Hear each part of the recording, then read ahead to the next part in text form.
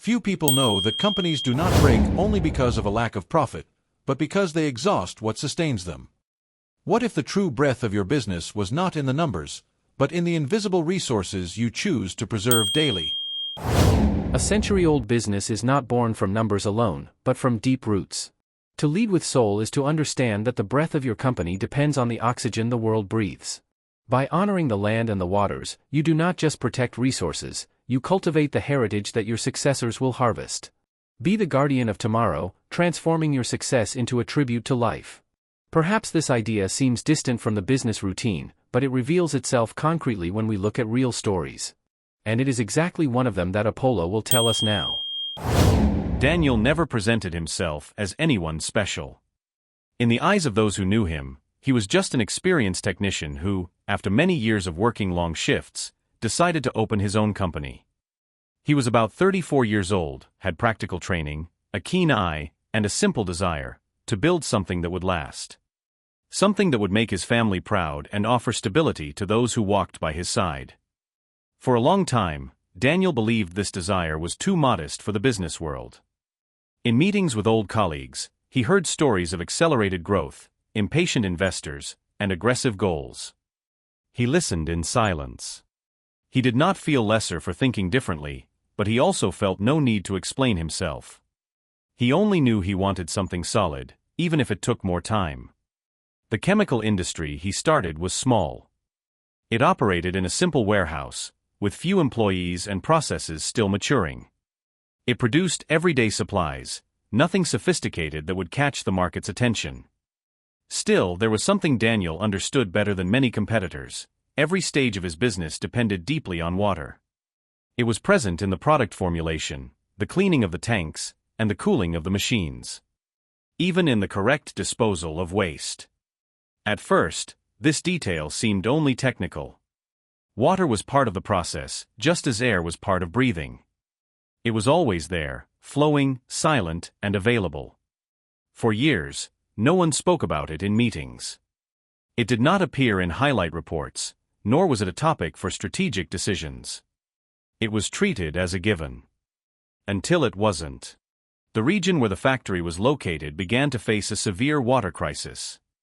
Reservoirs dropped quickly, rates increased, and restrictions became part of the routine.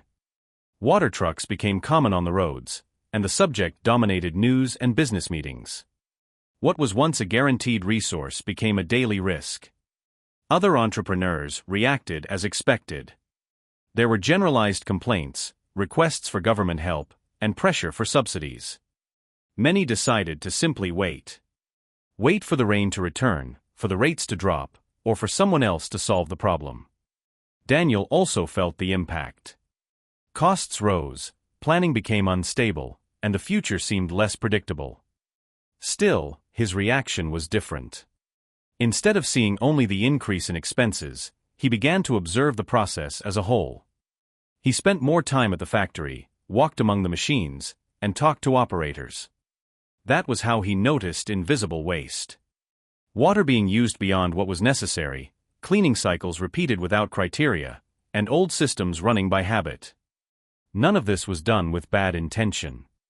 It was just the natural consequence of a resource that had always been available. Slowly, Daniel understood something that troubled him deeply. His company depended on water much more than he imagined. It was at that moment that the internal conflict arose.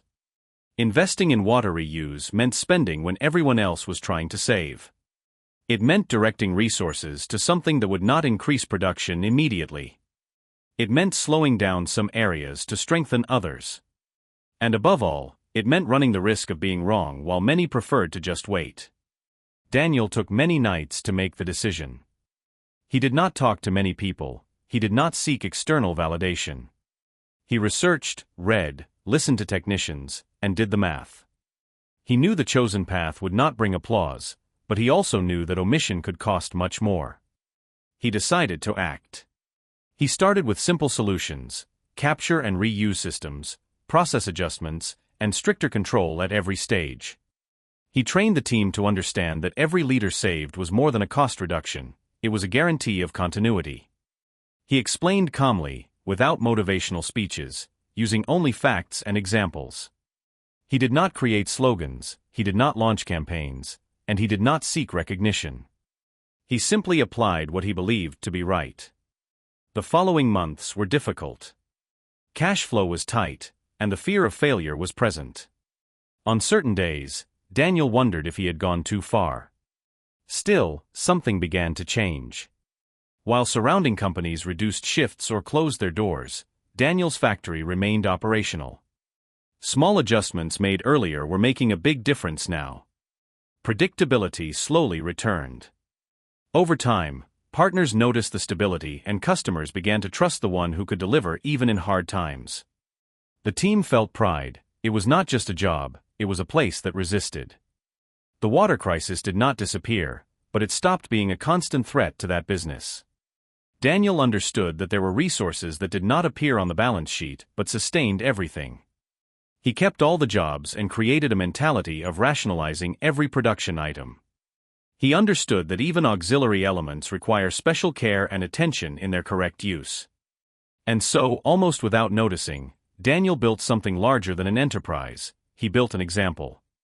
An example that growing does not have to mean exhausting, and that true success is born from choices we make when no one is watching.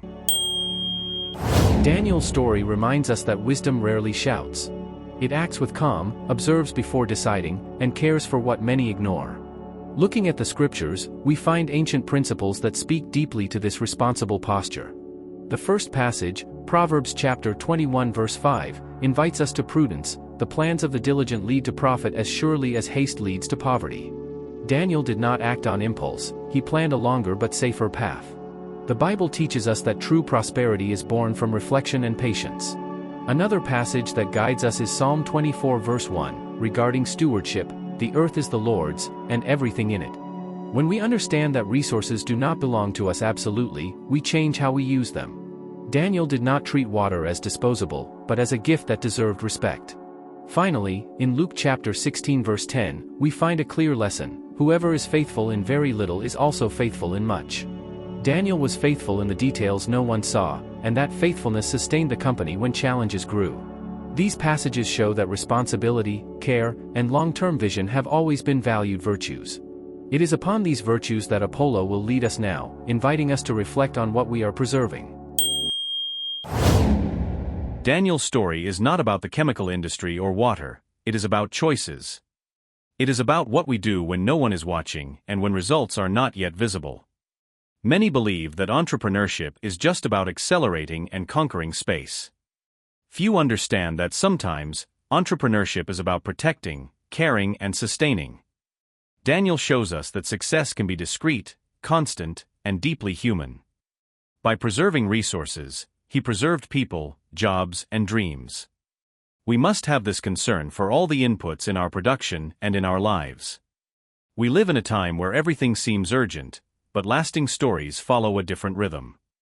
If this reflection makes sense to you, please like this video. Subscribe to the channel and hit the bell to receive our next videos. Your comments are very important to us and help guide our future topics. Returning to the reflection, perhaps the greatest lesson is realizing that what will sustain our tomorrow is often treated as a detail today. Daniel did not preach values, he practiced them, and that made all the difference. His company resisted because his decisions had roots. Where there are roots, there is permanence. May each of us reflect on which resources we are preserving: time, people, principles, character. All of this sustains much more than we imagine. If this story sparked something in you, there is a video on the screen to deepen this reflection. Thank you for walking with us.